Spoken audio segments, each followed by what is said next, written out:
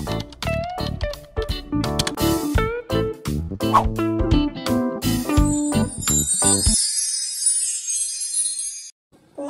begin!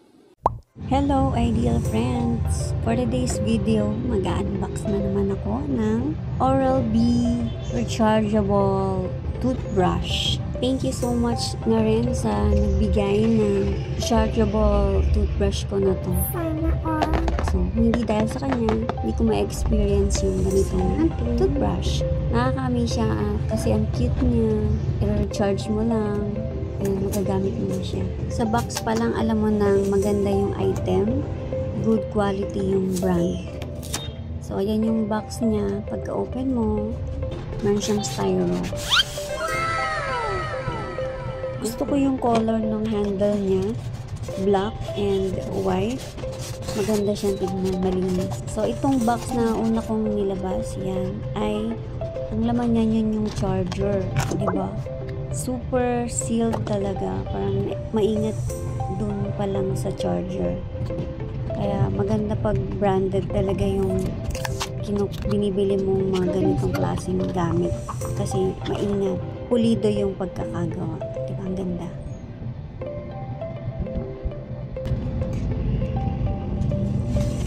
And syempre, meron din siyang mga manual. Ito yung manual para din sa rechargeable toothbrush. Ito naman yung para sa pinaka-brush niya. Meron siyang manual. And ito yung brush na gagamitin mo para dun sa rechargeable toothbrush. And ito yung pinaka-handle. Diyan mo i-didikit or ikakabit yung pinaka-brush niya. Ang ganda ng design and ang ganda ng color. Yung pinaka-handle niya, yung black, ano pala yan siya, yung parang rubber. So, pag hinawakan mo siya, hindi siya madulas, hindi siya slippery.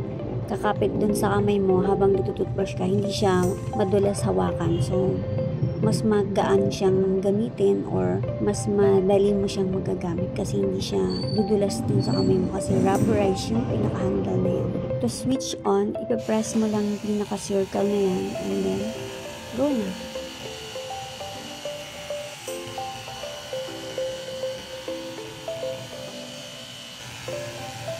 To switch off, i-press mo lang uli yung pinaka-circle sa gitna and then stop na yun. Para manong i-charge, ilalagay mo lang siya dyan, papatong din, isasaksak mo sa socket. And then, mag-charge na siya. Hanggang dito na lang. Thank you so much for watching.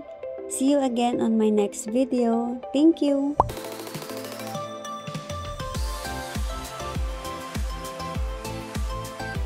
Thank you. Thank you very much.